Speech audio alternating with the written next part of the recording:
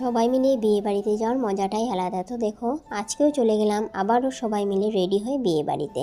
তো এখানে দেখো সবাই রেডি হয়ে গেল, সুন্দর করে পোজও নিয়ে নিল।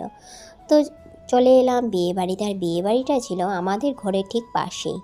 তো এই দেখো কত সুন্দর ডেকোরেশনও হয়েছিল। এখন ভিতরে আমরা এন্ট্রি করব গেটের ভিতর, আর গেটটাও দেখো খুব সুন্দর করে সাজিয়েছিল। তো গেটের ভিতরে ঢোকার সাথে সাথে দেখো তোমাদেরকে একটা জিনিস দেখাবো, খুব সুন্দর একটি মুহূর্ত, মানে বিশেষ করে আমাদের মেয়েদের জীবনের।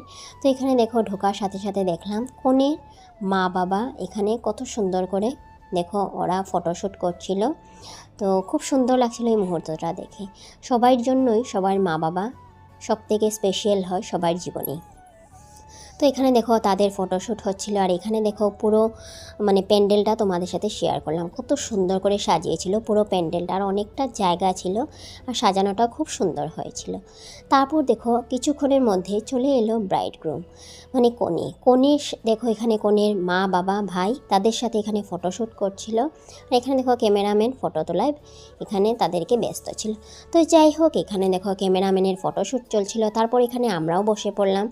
তো কিছুক্ষণ বসার পর তারপর দেখো এখানে তোমাদেরকে আরেকটা জিনিস দেখাচ্ছি, ছাদনাতলা, যেটা আরেকটা সুন্দর মুহূর্ত মেয়েদের জীবনের বা ছেলেদের জীবনেরই হোক।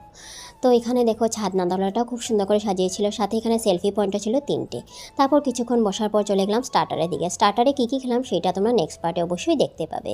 তো চলো আজকের জন্য এতটুকুই। ভিডিওটি কেমন লাগলো লাইক এবং কমেন্ট করে জানিও।